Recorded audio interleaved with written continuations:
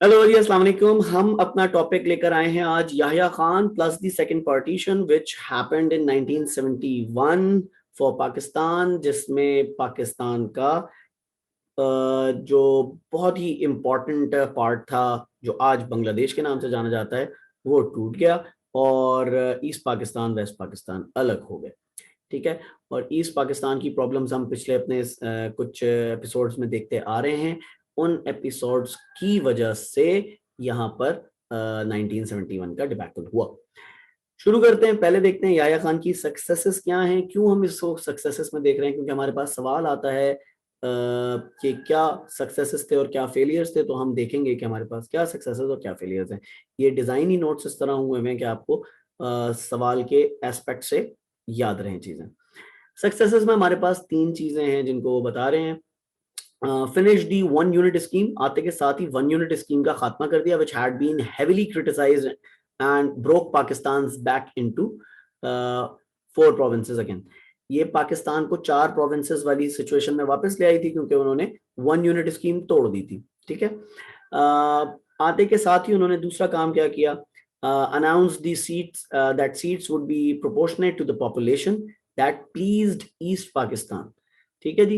उन्होंने आके इलेक्शंस का हवाला दिया कि मैं इलेक्शंस करवा दूंगा, और इलेक्शंस जो होंगे वो किस बेसिस पे होंगे, वो प्रोपोर्शनेट सीट्स पे होंगे टू द पॉपुलेशन। ठीक है। पॉपुलेशन के हिसाब से सीट होगी। तो क्या पॉपुलेशन किनकी ज्यादा थी? पॉपुलेशन ईस्ट पाकिस्तान की ज्यादा थी कि वेस्ट ईस्ट पाकिस्तान पाकिस्तान की की? ठीक है ना। 54%, 54 या 56% थी। वो फिर खुश थे। ठीक है ना। तो आपको बेसिकली रीजन पता होना चाहिए कि इसमें जो बात हो रही है वो बात क्या हो रही है। ठीक है, ताकि आप इसको एक्सटेंड करने में आसानी से लिख सकें। ठीक है। तीसरी चीज, organize the first election basis of one man one vote. ये वन मैन वन वोट जो बात यहां पर है, क्या ये किसी पिछले इलेक्शन का भी हवाला दे रही है? वन मैन वन वोट, इससे पहले जो इलेक्शन हुआ था वो कौन सा था और किसने कराया था?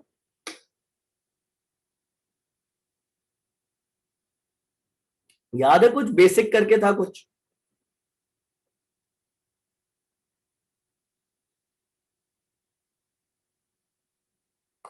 भाई एक इलेक्शन इससे पहले हुआ था जो किसी आदमी ने कराया था पहले, जिसमें बेसिक डेमोक्रेसी। यस, वो वन वोट वाली कहानी नहीं थी। वहां पे 80,000 लोग थे सिर्फ। ठीक है ना। इसका मतलब इलेक्टोरल साइज छोटा था, और वो गवर्नमेंट के ऑफिसर्स ही थे जिन्होंने ये करना था। तो वो अपने अब्बू को ही इलेक्ट करेंगे ना भाई, अगेंस्ट तो जा नहीं सकते। ठीक है ना। तो इस वजह से उसकी कोई ज्यादा फेयरनेस नहीं आप कह सकते। यहां पर देखो आगे तुम्हारे वन मैन वन वोट के बाद आगे लिखा हुआ क्या है, जरा पढ़ के बताओ। Most fair elections in Pakistan history. अब देखो, इस मोस्ट फेयर इलेक्शन, इसका हवाला तुम्हारा प्राइम मिनिस्टर आज का भी देता है कि 1970 में जो इलेक्शन हुआ था वो सबसे जबरदस्त इलेक्शन था। ठीक है। क्योंकि उसमें वन मैन वन वोट का था, पहली बार सब लोग कर रहे थे। ठीक है। तो लोगों को पहला पहला तजुर्बा था, सब लोगों ने बढ़ चढ़ के हिस्सा लिया उसमें। ठीक है। और हिस्ट्री में सबसे ज्यादा फेयर इलेक्शन भी माना जाता है। अब देखो तुम्हारे पास तीन चीजें आई। वन यूनिट स्कीम खत्म कर दी। ठीक है। इससे याह्या खान की सक्सेस पता चलती है कि वन यूनिट स्कीम खत्म की आके उसने। तो जब वन यूनिट स्कीम खत्म की तो automatically back to four provinces आ गए सब। ठीक है ना। फिर उसने अनाउंस किया कि मैं इलेक्शन कराऊंगा वन मैन वन वोट की उस पे। ठीक है, जो कि फेयर होने के चांसेस थे और इवेंचुअली हुए भी। और उनकी बेसिस क्या थी? Proportionate to the population, seats मिलेंगी पॉपुलेशन के हवाले से। ठीक है। तो जिसकी वजह से ईस्ट पाकिस्तान वाले खुश थे। अब चलते हैं जरा फेलियर की तरफ। आते के साथ ही 1962 का कॉन्स्टिट्यूशन खत्म किया, बेसिक डेमोक्रेसीज खत्म की, ऑटोमेटिक दोनों पॉइंट्स आ गए। ठीक है। Postpone the first session of the newly elected assembly indefinitely, didn't let Mujib to take power despite the fact that he won the elections fairly. इसका मतलब क्या तुम्हें यहाँ पे इलेक्शन का रिजल्ट बता रहे? ये सॉरी सर। ये तीसरा पॉइंट पढ़ो जल्दी से और देखो क्या जो मैं सवाल पूछ रहा हूं। ये तीसरा पॉइंट पढ़ो फेलियर में, क्या तुम्हें इलेक्शन का रिजल्ट पता चल रहा है यहां पर जो फेलियर में आ रहा है तीसरा पॉइंट?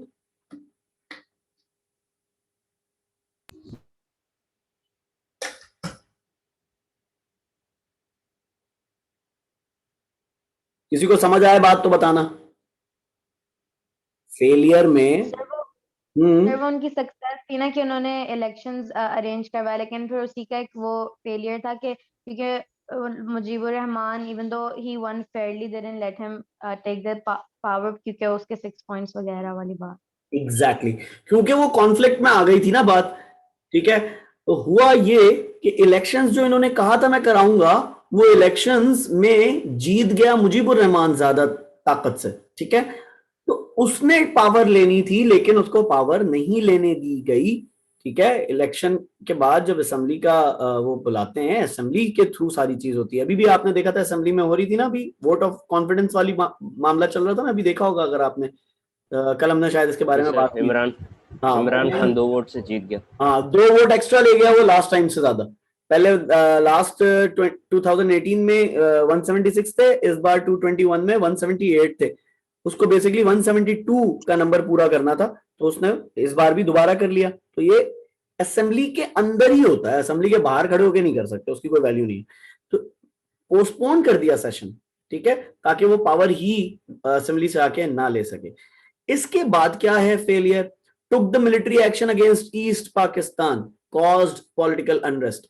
देखो जब इलेक्शन जीता होगा, मैं तुम्हें यहाँ पे इलेक्शन की कहानी बता रहा हूं आगे से ही, जो तुम इलेक्शन में जाओगे तो तुम्हें पहले से समझ आ जाएगी। इलेक्शन करवाने का कहा, दैट इज गुड थिंग, लेकिन इलेक्शन में अगर कोई जीत गया तो उसका साथ नहीं दिया, उसको पावर में नहीं आने दिया, दैट इज अ फेलियर, ठीक है। समझ आ रही बात। मुजीब को पावर में नहीं आने दिया तो क्या मुजीब खुश हुआ होगा कि उसको पावर में नहीं आने दिया? वहां पे पॉलिटिकल गुस्सा हुआ अनरेस्ट, होगा। गुस्सा हुआ होगा और उसके लोगों ने एहतजाज किया होगा। उसके लोगों ने जब एहतजाज किया होगा तो कौन गया होगा एहतजाज को संभालने? मिलिट्री ने एक्शन किया होगा कि मिलिट्री। जरा जरा आप लोग इधर खड़े हो जाएं, जरा उधर खड़े हो जाएं, ऐसे खड़े हो वैसे खड़े हो, ठीक है ना। अनरेस्ट हुआ होगा, राइट्स हो रहे होंगे, तो मिलिट्री को एक्शन लेना पड़ा। इसका मतलब ये दोनों पॉइंट्स आपस में मिलते हैं। एक, उसको पावर नहीं लेने दी, जब पावर नहीं लेने दी तो मिलिट्री ने जाके अनरेस्ट को कंट्रोल करने की कोशिश की, जो कि कंट्रोल नहीं हुआ, that cause the political unrest. फिर ट्रूप्स को ऑर्डर किया गया, order troops to surrender in 1971 war. इसके बीच में ये जो 2 पॉइंट्स हैं, took military action against East Pakistan, ठीक है, cause political unrest, and order troops to surrender, इनके बीच में जब फौज यहां पर सारा मामला संभाल रही थी तो कुछ लोग थे ऐसे जिनका नाम मुक्ति बानी के नाम से आता है, उन्होंने पॉलिटिकल अनरेस्ट को बहुत ज्यादा डैमेज किया, ठीक है। और उन्होंने फौज के खिलाफ भी लड़े और फिर वहां से इंडियन फोर्सेस भी एंटर हो गई। तो उसके बाद पाकिस्तानी फौज कम थी और लोकल्स के खिलाफ लड़ना और फिर दूसरे मुल्क की फौज के खिलाफ लड़ना, तो फिर आखिर में सरेंडर ही करना पड़ा, ठीक है। ये उस इलेक्शन की बात हो रही, हाँ सिविल वॉर हो गई। उस इलेक्शन की बात हो रही है जो सबसे ज्यादा साफ माना जाता है। इसका मतलब साफ इलेक्शन तो हुआ लेकिन उसके बाद साफ सुथरा प्रोसेस नहीं हुआ। उस साफ सुथरा प्रोसेस ना होने की वजह से आपका डिबैकल हुआ 1971 का फॉल ऑफ ढाका। ये बात समझ आ रही है अभी? जी सर। अच्छा भाई, एक नजर और देख लेते हैं इसको ताकि हम आगे जाएं मुजीब के 6 पॉइंट्स की तरफ, जो कि एक सवाल भी आता है, why Mujib gave his 6 points, ठीक है। फिनिश्ड सक्सेस में देखते हैं, फिनिश्ड 1 यूनिट स्कीम, ठीक है, खुशी हुई होगी इससे, चारों प्रोविंस वापस आ गए, ठीक है। Announce that seat would be proportionate to the population, pleased east Pakistan. फिर ऑर्गेनाइज किया फर्स्ट इलेक्शन, जिसको हम कहते हैं 1 मैन 1 वोट वाला, और उसको सबसे ज्यादा फेयर इलेक्शन माना जाता है पाकिस्तान की हिस्ट्री में। लेकिन उसके रिजल्ट जो थे वो वेस्ट पाकिस्तान को कबूल नहीं हुए, ठीक है। वेस्ट पाकिस्तान वाले ये सोच रहे थे कि ईस्ट पाकिस्तान से हमें कौन क्यों गवर्न करेगा, क्योंकि ईस्ट पाकिस्तान वाली साइड ज्यादा नंबर से जीत गई थी। अच्छा, ये 2 पॉइंट्स तो हमें ऑटोमेटिकली मिलते हैं कि याह्या खान आए, उन्होंने 1962 का कॉन्स्टिट्यूशन खत्म किया और फिनिश किया बेसिक डेमोक्रेसीज वाला सिस्टम। ये 3 पॉइंट्स उनके आने के बाद के हैं जो कि इलेक्शन से रिलेटेड है, ठीक है। इसका मतलब 2 फेलियर्स तुम्हारे पास, यहाँ 3 फेलियर्स तुम्हारे पास इलेक्शन से रिलेटेड है, ठीक है। इनको जरूर याद रखना। एक, इलेक्शन पोस्टपोन किया जब उसका फर्स्ट सेशन होना था, ठीक है, उसको पावर नहीं लेने दी मुजीब को। दूसरा, उसके अगेंस्ट में फिर मिलिट्री एक्शन किया गया, मिलिट्री एक्शन फिर जरा अनरेस्ट की तरफ चला गया, ठीक है। फिर जब बहुत ज्यादा हालात खराब हो गए और इंडिया भी इन्वॉल्व हो गया, तो फिर ट्रूप्स को ऑर्डर किया गया सिविल वॉर के दौरान कि आप अब सरेंडर कर दें। ठीक है, अच्छा जी, कौन क्या लिख रहा है, मुझे क्यों नहीं आ रहा sir. What is the BD system 2 points failure. अच्छा, ये, अरे यार क्या हमारी कॉल खत्म हो गई? नहीं नहीं नहीं खत्म। अच्छा देखो, बीडी सिस्टम है बेसिक डेमोक्रेसीज। ठीक है, मैं तुम्हें दिखा देता हूं यहां पर, देखो। जब हम कल एमन, कल की क्लास में नहीं थे आप? अगर कल की क्लास में नहीं थे बेटा, इसकी रिकॉर्डिंग जरूर देख लेना। रिफॉर्म्स बाय अयूब खान, उसमें पहला पॉलिटिकल रिफॉर्म था, he introduce the basic democracies. Basic democracies क्या था कि जो सिविल सर्वेंट्स थे, जैसे union council, sub district, district divisional level पे जो लोग काम करते थे, उनकी तादाद 80,000 की थी। ठीक है, तो उन लोगों से इलेक्ट करवाया था उसने अपने आप को। ठीक है, तो ये जो बेसिक डेमोक्रेसीज का सिस्टम था, यही वोट डाल रहे थे। ठीक है, तो सदर अयूब साहब इलेक्ट हो गए। ठीक है, तो ये बेसिकली उसका अपना एक फॉर्मूला था जिसको उसने इंट्रोड्यूस कराया था। ये यहां पर आके खत्म किया है इन्होंने। ठीक है, जिसके बारे में यहां जिक्र हो रहा है। ठीक है, लेकिन ये कुछ हद तक फायदेमंद भी था, तो इसलिए फेलियर में भी आ रहा है ये बात। ठीक है, हालांकि देखो यही चीज ऊपर भी अनाउंस हुई हुई है कि उसने बेसिक डेमोक्रेसीज और 1 यूनिट स्कीम खत्म किया के। अच्छा, आगे जब हम चलते हैं तो हमारे पास सवाल आता है जो कि 7 मार्क्स का क्वेश्चन है, जिसमें ये बात कहते हैं why Mujib gave his 6 points. अब जल्दी से इनको तीनों चारों को देखो, ये 3 पॉइंट्स दिए हुए यहाँ पे, जल्दी से 3 पॉइंट्स देखो। आई वुड लाइक के एक एक बंदा एक एक पॉइंट शेयर करे। ठीक है, ताकि हम why there was a war in east Pakistan 1971 का जवाब ऑटोमेटिकली कंसिडर कर लें। जल्दी से देखो, why Mujib gave his 6 points, और इसी 6 पॉइंट्स की वजह से हमें वॉर के बारे में भी कुछ पता चलेगा। जल्दी से देखो, अब मुझे रिस्पॉन्ड करो। ठीक है, गिविंग यू 3-4 मिनट्स, आराम से तसल्ली से देखो। सर ये पहले पॉइंट में लिखा है to achieve provincial autonomy SD. SD क्या है? यार ये एज ही बिलीव होगा, ये एस डी बिलीव हो गया। Okay sir. ये एज बिलीव होगा, as he believed west Pakistan was dominating.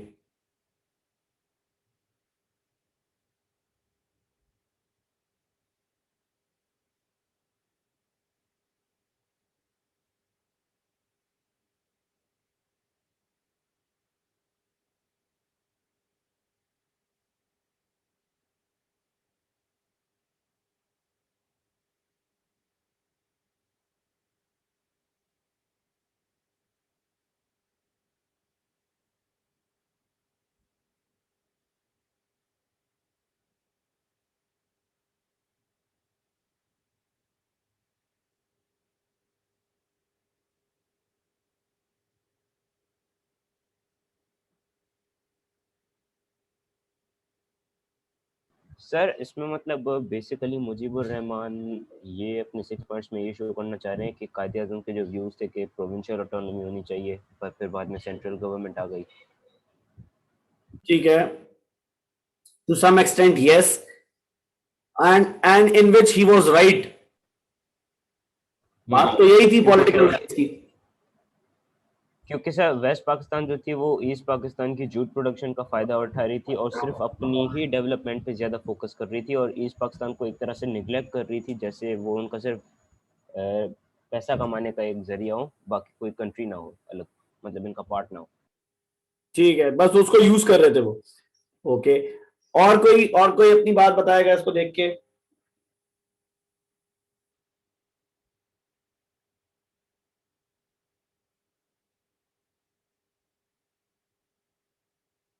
Sir इसमें ये भी मेंशन है कि जो टैक्सेस हम वो कलेक्ट हो रही थी लोगों से, वो डायरेक्ट प्रोविंसेस कलेक्ट करें, वो सेंट्रल गवर्नमेंट के पास ना जाए, ताकि प्रोविंसेस पे भी डेवलपमेंट हो सके।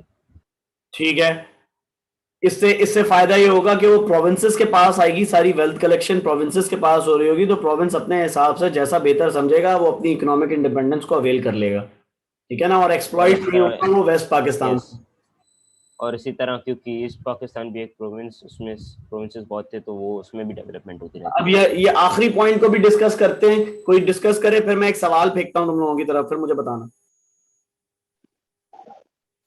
सर ये लास्ट पॉइंट इंक्लूड कर रहा है कि क्या कहते हैं ये मतलब जो मुजीब रहमान ने जो पॉइंट्स डिक्लेयर किए थे, जो इम्पोज किए थे, वो मतलब ईस्ट पाकिस्तान को पॉलिटिकल राइट्स दे रहे थे और माइनॉरिटी वगैरह को सेपरेट राइट्स दे रहे थे और सेपरेट करेंसीज वगैरह उसमें इंक्लूडेड थी। ओके, तो ये डिमांड ये कर रहा था, ये डिमांड कर रहा था कि माइनॉरिटी राइट्स भी दिए जाएं, सेपरेट करेंसी भी दी जाए हमें, और प्रोविंशियल ऑटोनॉमी भी दी जाए। आगे क्या बात करें? Yes sir. इसकी वजह से क्या हो रहा था? तो वो इलेक्शंस गेन करना चाह रहे थे ईस्ट पाकिस्तान के लिए। इसका मतलब या तो ये सच हो या ये झूठ हो, ये इलेक्शन के लिए सपोर्ट में पॉइंट जरूर थे, ठीक है ना? क्योंकि सर, और कभी ये नहीं की तो बात की बात है, क्लेम वो ये कर रहा था कि मेरी ये डिमांड है, ठीक है ना? Yes sir. और सर ये ईस्ट पाकिस्तान पे ज्यादा फोकस कर रहे थे क्योंकि ईस्ट पाकिस्तान में ही मेजोरिटी थी पॉपुलेशन की, और इसको तो पता था कि ईस्ट पाकिस्तान से इसको वोट मिलना है। और देखो जो चीज, अब मैं सवाल तुम्हारे पास लेकर जा रहा हूं, देखो ऊपर देखें, वापस जाएं, देखो सक्सेस में दूसरा पॉइंट है, announce that seat should be proportionate to the population, please जीत पाकिस्तान। इसका मतलब इस वक्त मुझे सोच रहा होगा कि यार इस वक्त तो मैं जीत सकता हूं, अब तो मेरी प्रोपोर्शनेट सीट्स मिल सकती हैं मुझे क्योंकि पॉपुलेशन ज्यादा है, एज यू टोल्ड 54%, ठीक है। अब देखो आगे तुम्हारे पास फेलियर में, मैं एक पॉइंट तुम्हें पढ़ा के एक सवाल तुमसे करूंगा, फिर मुझे बताना। यहां तुम्हारे पास तीसरा पॉइंट है, postpone the first session of the newly elected assembly indefinitely. पता नहीं कब होगा इजलास, पता नहीं भाई, हमें नहीं पता कब होगा, पोस्टपोन्ड हो गया, जैसे पीएसएल पोस्टपोन्ड हो गई, पता नहीं कब होगी, ठीक है। Didn't let Mujib to take power despite the fact he won the elections fairly, ठीक है। मैं कहता हूं फेयरली नहीं भी जीते थे, ठीक है, कर देते हैं इस पे एक क्वेश्चन मार्क, वो इलेक्शन जीत गया, ठीक है, लेकिन उसको पावर नहीं लेने दी, ठीक है, क्योंकि इलेक्शन असेंबली कॉल नहीं हुई। मेरा सवाल है यहां, उसको क्यों नहीं ये असेंबली का इजलास बुलाने दिया गया कि अगर वो ये पावर ले लेता तो वो क्या चीजें करता, क्यों उसको मना किया, क्यों उसको रोका गया इस तरह? सर पहली बात है, हाँ सोहेमा पहले। सर क्योंकि उनको अब क्योंकि प्रोपोर्शनेट सीट्स हो गई थी, तो ईस्ट पाकिस्तान से जो सीट्स थी वो मेनली मुजीबुर रहमान की पार्टी को मिली, तो उनके पास बहुत ज्यादा मेजॉरिटी, मतलब एब्सोल्यूट मेजॉरिटी नहीं, लेकिन they had majority in the assembly, इतनी ज्यादा हो गई थी कि they could form their own assembly in central government too. तो जो हमेशा से जो लीडिंग लाइट थी वो वेस्ट पाकिस्तान से होती थी, तो दे फेल्ट थ्रेटेंड, और उनको था कि मतलब all these years west Pakistan हमेशा से गवर्नमेंट डोमिनेट करता है, तो अचानक से ईस्ट पाकिस्तान से आ जाएंगे। I mean there was a possibility कि भुट्टो की गवर्नमेंट को, पार्टी को बिल्कुल भी वो नहीं मिलती, गवर्नमेंट में बिल्कुल भी से नहीं मिलता। ठीक है, वो हो जाते ऑपोजिशन में और ये हो जाते गवर्नमेंट में। तो जब ऐसा हो जाता तो तुम क्या ये why Mujib gave six points को अगर देखो तो क्या मुजीब गवर्नमेंट में आने के बाद अपनी ये चीजें इंप्लीमेंट नहीं कर लेता? कर लेता सर, बिल्कुल कर लेता। अब समझ आ रहा है उसको क्यों नहीं लेने दिया? Yes sir. क्योंकि वो मतलब देखो अगर वो आ गया होता, अगर वो ले लेता ये पावर, और पावर लेने के बाद वो ये करता, तो एक तो वेस्ट पाकिस्तान के पास जो भी लोग कंट्रोल कर रहे थे उनके पास से कंट्रोलेबिलिटी का एक इशू हो जाता, ठीक है। तो उन्होंने कहा इसको पावर नहीं लेने देते, असेंबली का सेशन ही नहीं बुलाते, हम जरा वहां पर फौज को भेज के जरा सीधा कराते हैं लोगों को। जब लोगों को सीधा कराने की कोशिश की, क्योंकि वहां पे पॉलिटिकल इंटरेस्ट तो हो गया था, क्योंकि जब आपको असेंबली का सेशन नहीं बुलाना पड़ा तो एहतजाज तो हो रहा होगा। जब वहां पे एहतजाज शुरू हुआ तो मिलिट्री ने एक्शन लिया। जब मिलिट्री ने एक्शन लिया तो वहां पर जो पॉलिटिकल पार्टीज थी, उन पॉलिटिकल पार्टीज में कुछ ऐसे एलिमेंट्स ऑलरेडी मौजूद थे जो कि डिशुम डिशुम करने के लिए पहले से तैयार थे, जिनको आप मुक्ति बाहिनी के नाम से जानते हैं, ठीक है। उन मुक्ति बाहिनियों ने बहुत ज्यादा क्लैशेस किए और सिविल वॉर क्रिएट की, प्लस इस सिविल वॉर के होते होते इंडिया ने भी इसमें छलांग लगा दी, और फिर आपके पास आपके ट्रूप्स को सिवाय सरेंडर करने के कोई और ऑप्शन नहीं मिला। तो एक स्ट्रैटेजी को कंट्रोल करने के चक्कर में हमने बहुत बड़ा नुकसान उठाया। लेकिन यहां पर एक बात बताता चलूं मैं,